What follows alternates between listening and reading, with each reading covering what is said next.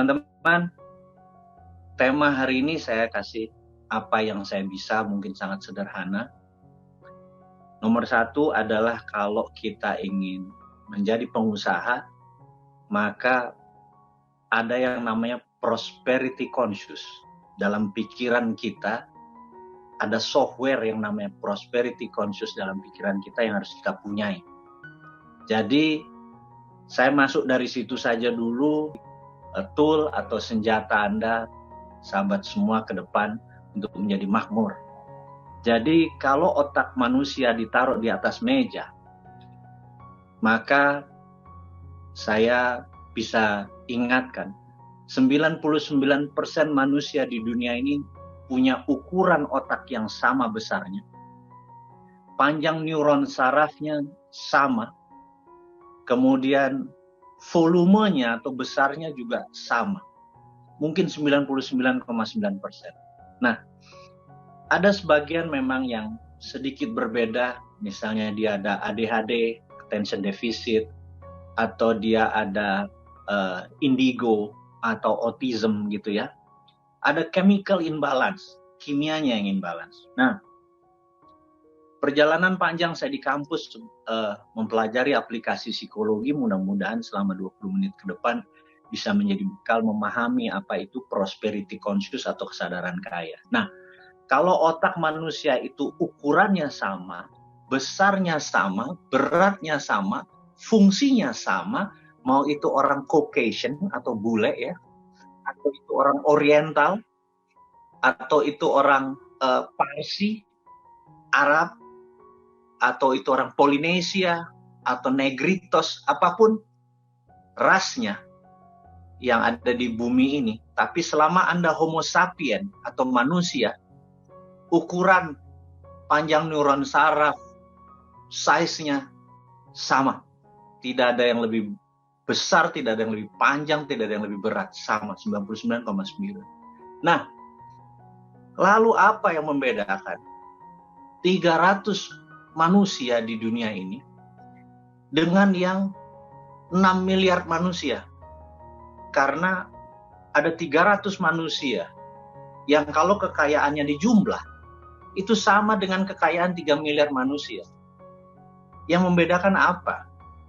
Ukuran otaknya, volume otaknya, apakah dia 3 kali ukuran otak manusia normal gitu ya? Ternyata tidak gitu. Jadi secara hardware, orang paling kaya sedunia, Anda sebutin setelah siapapun itu yang Anda tahu, atau orang paling termiskin di dunia, Anda sebutin, ya yang jelas bukan Maggie Z ya. Jadi orang-orang ini ukuran otaknya sama, volumenya sama gitu ya. Ternyata sahabat semua yang membedakan ini bukannya hardware, tetapi software gitu ya. Anda pakai Android operating systemnya atau Apple apapun itu membedakan, bukan hardware-nya. Nah, software itu ada yang namanya prosperity conscious. Sekarang pertanyaannya, bagaimana software itu bisa ditempel di otak manusia? Contoh, selagi bayi lahir dia otaknya bersih, belum ada software apapun. Umur 6 bulan bayi belum bisa apa-apa, si bayi hanya bisa menangis. Mengapa dia menangis? Lapar dia menangis, kesepian dia menangis, haus dia menangis. Intinya ada masalah. Yang secara statistik di ilmu psikologi kita mempelajari bahwa ketika bayi menangis umur 6 bulanan, di Jepang 60% ibu-ibu akan mengajak main karena kayaknya baru disusuin ini, kok baru diganti popoknya, kok udara juga aman. 60% diajak main. Di Eropa nggak sampai 60, lebih tinggi dari 60%, sampai 67%. Di Amerika juga sama, hampir 67%. Nah, di Indonesia jika ada bayi menangis di umur 6 bulan, 92% dinenenin atau dimasukkan susu ke mulutnya. Tenanglah bayi tersebut. Teman-teman, Ini apa yang terjadi, bahwa ini adalah software pertama yang orang tua kita letakkan kepada diri kita. Di Indonesia terutama. Pertanyaannya adalah, mengapa bayi itu menangis? Gitu ya. Intinya adalah bayi itu menangis karena ada masalah.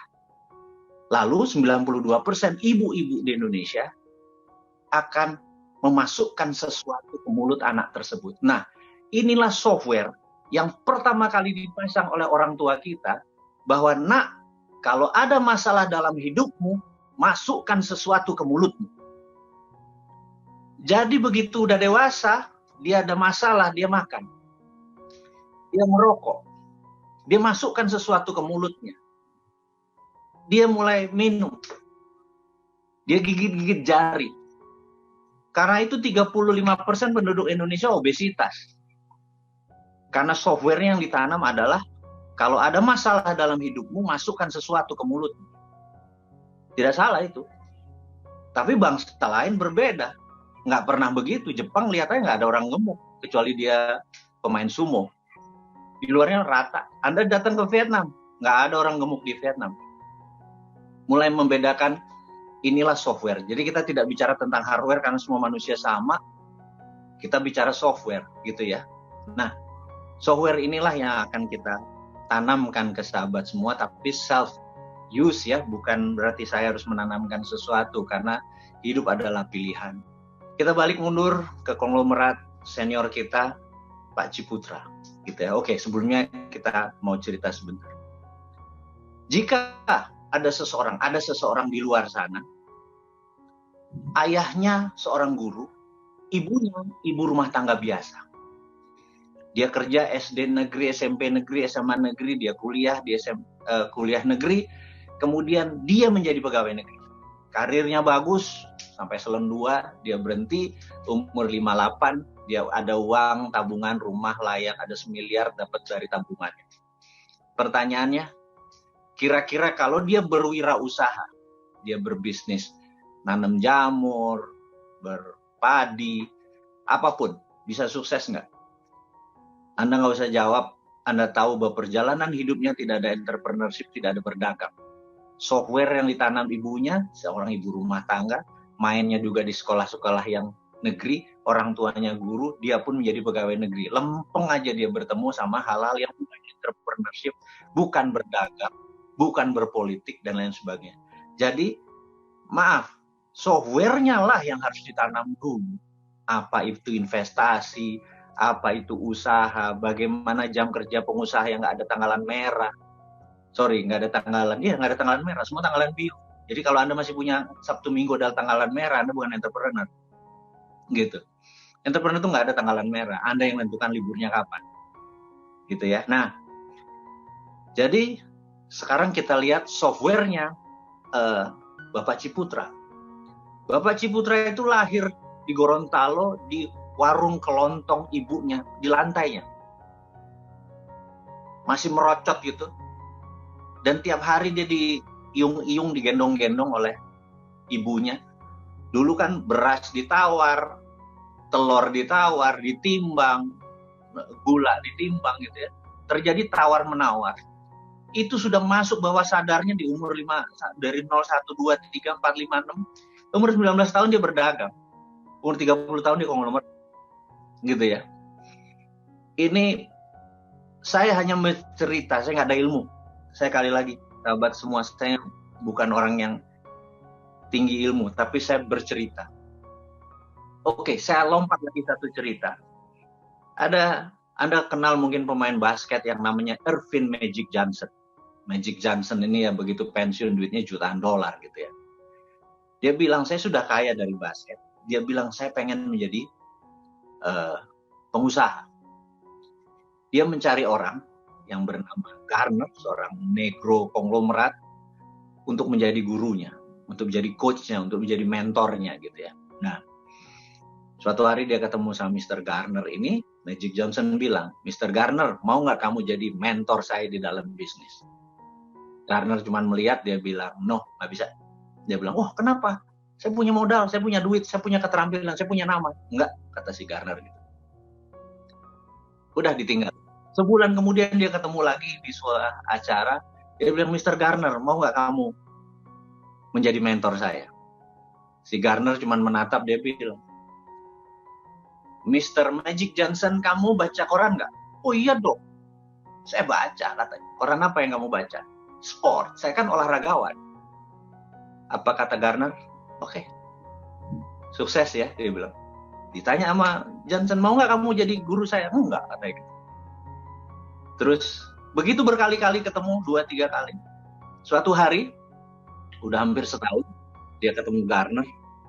Dia bilang, I understand you, Mr. Garner. Terus Garner tanya, do you read newspaper? Kamu baca koran? Baca. Apa yang kamu baca? Bisnis. Dia bilang, oke, gue mau jadi mentor lo. Saya mau diskusikan, ada sahabat saya namanya John Barr. Ini sahabat saya, dia adalah dulu dosen saya, sekarang jadi guru besar di NYU, New York University. Di tahun 2004 dia ngajakin saya. Dia bilang, if you have sometimes in New York, ketemu sama gue. Dan kebetulan dijadwalkan di waktu itu saya berada di New York untuk hal yang lain. Dia bilang, ada apa? Kamu melakukan apa? Saya lagi melakukan studi. Studi ini sangat terkenal di dunia psikologi, namanya John Barr Hallway Theory. Hallway itu koridor. Teori tentang koridornya John Barr, gitu ya. Terus, kamu ngapain? Dan kami harus ngapain sebagai kondensnya. Dia bilang, ada 40 student, 20 dari kelompok A, 20 dari kelompok B. Kelompok A mengatakan, ya, kelompok A setiap hari oleh John suruh mengatakan hal-hal yang positif. Tuhan baik, semua mudah, semua sukses, semua lancar, semua terampuni, dan lain. Pokoknya selama 24 jam, selain dia tidur, di toilet, dia cuma mengatakan semua mudah, semua seru, semua asik, semua ketawa, semua. Itu selama 30 hari. Di kelompok B, tiap hari mengatakan hal-hal yang negatif selama 24 jam, selain dari tidur itu. Tuhan jahat, semua susah, negara korupsi, Luhut korupsi, apalah segala macam ya, itu cuma contoh ya, sekali lagi. Tiap hari lu selama 24 jam, lu 30 hari lu ngomong hal-hal negatif, kelompok B. Terus, saya nanya, kami ber-100 ngapain? Katanya, nanti di hari ke-30, kebetulan tanggal sekian saya ini, kamu duduk di lantai atas, mahasiswanya akan jalan dari poin A ke poin B, di situ ada kamera banyak, kamu juga bisa melihat secara langsung, dan kamu menilai mana yang dari kelompok A, mana yang dari kelompok B, gitu ya. Oke, simple. Jam 10 kami datang, orang satu datang, 2 datang, kita ber-100, terus menilai, ini dari B nih, ini B nih, ini A nih. Hanya ngelihat dari auranya, dari self-image-nya, dari citra dirinya yang dibawa oleh orang itu. Selesai, jam 12:30, dia bilang, oke, gather up, dikumpul, kamu makan siang sebentar, nanti kita taruh barang-barang ini, kita lihat. Nah, selesai makan siang, dia bilang, kumpul semua teman-teman, terus dilihatkan, 94%, hampir 95%, menebak dengan tepat mana yang A, mana yang B. Jadi orang yang setiap hari mengatakan hal yang positif gitu ya, di hari ke-30 itu, walaupun dia kayak orang bangun tidur, lecek badannya, bajunya segala macam, tapi auranya tuh shiny gitu ya. Wah, saya bilang, emang A, emang ceto bahasa Jawanya. Terus, orang yang tiap hari ngomong yang negatif, yang jelek selama 24 jam dikali 30 hari. Begitu kita ngelihat, walaupun dia pakai 3-piece suit gitu ya, baju di dalamnya ada begini, ada dasi, dalamnya kayak orang mau kerja gitu. Kalau dia dari B, ya B kumo gitu ya. Terus saya nanya sama John, what happened? Dia bilang, tubuh manusia itu setiap hari mati 3 miliar sel. Nah, sel yang baru itu kamu ganti apa? Tuhan baik, Tuhan memudahkan kita semua, hidup itu mudah dan sebagainya. 30 hari kemudian Anda orang baru, katanya gitu. Nah, sebaliknya kalau dalam 30 hari Anda memaki-maki Tuhan, memaki semesta, memaki kehidupan, memaki orang lain, memaki diri Anda sendiri, ya kumuh gitu, karena 30 ini menjadi orang baru. Terus saya bilang, John, di agama saya Islam itu kita ada puasa. Kita ada zikir 24 jam selama kita 30 hari. Dia bilang, sayang lu gak manfaatin itu sebagai untuk menjadi orang fitri, itu menjadi orang baru, kata dia gitu. Lu tahu pelakunya, tapi ilmunya sekarang tahu. Nah, Sahabat semua, sebentar lagi kita Ramadan. Nah ini nih gue jualan Ramadan dikit. Manfaatkan 30 hari ini untuk Anda memasukkan hal-hal positif itu, sehingga di selesai Ramadan Anda menjadi orang baru, termasuk entrepreneurship, softwarenya ditaruh di situ. Bisnis itu gampang, bisnis itu mudah, modal itu datang sendiri, Anda taruh aja gitu. Dan Anda jangan, ini kekuatan yang sudah diajarkan ribuan tahun oleh Nabi Ibrahim, Nabi Muhammad, dan lain sebagainya. Sekarang John Barr membuat itu. Dan saya tuh kagum sama Islam karena memiliki hal itu. Nah kami itu harus meditasi dan lain sebagainya ya.